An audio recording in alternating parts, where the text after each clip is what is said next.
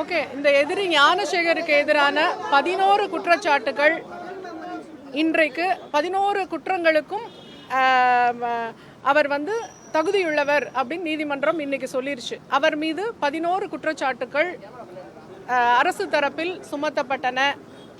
11 குற்றங்களையும் அவர் அரசு தரப்பு அதை நிரூபித்து சாட்சியங்கள், ஆவண சாட்சியங்கள் மற்றும் தடய அறிவியல் துறை சாட்சியங்கள் எல்லா மூலமாகவும் அது நிரூபிக்கப்பட்டு இன்றைக்கு அவர் குற்றவாளி அப்படின்னு மாண்புமிகு நீதிமன்றத்தினால இன்றைக்கு கூறப்பட்டுள்ளது.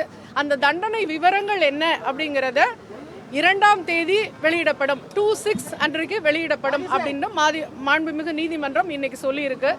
இன்றைக்கு நீதிமன்றத்தில் என்ன நடந்தது அப்படின்னு சொன்னால், அவர் தனக்கான தண்டனை விவரத்தை தெரிவிக்கணும் அப்படின்னு சொல்லிட்டு, நீங்கள் அதை பற்றி என்ன சொல்கிறீங்க அப்படின்னு அவர் ஞானசேகர் கிட்ட கேட்டப்போ, ஞானசேகர் தண்டனையை குறைக்கணும், நான் தான் breadwinner of the family அப்படின்னு எல்லாம் சொன்னார். அரசு தரப்பில் அதுக்கு கடுமையான ஆட்சேபம் தெரிவித்து மேக்சிமம் பனிஷ்மெண்ட் அவருக்கு கொடுக்கணும் அப்படின்னு சொல்லி அது போக அதுக்கான ஜட்ஜ்மெண்ட்ஸையும் நீதிமன்றத்தில் கோட் பண்ணி கொடுத்துருக்குறோம். மற்றபடி தண்டனை விவரங்கள் 2/6 அன்னைக்கு தெரிய வரும். தேங்க்யூ. 2/6 அன்னைக்கு டீட்டெயில்டாக சொல்லலாம். தண்டனை விவரம் தெரிகிற வரைக்கும் வழக்கினுடைய தன்மை, வழக்கினுடைய மற்ற விவரங்களை இன்றைக்கு சொல்ல முடியாது. 2/6 அன்னைக்கு சொல்லலாம்.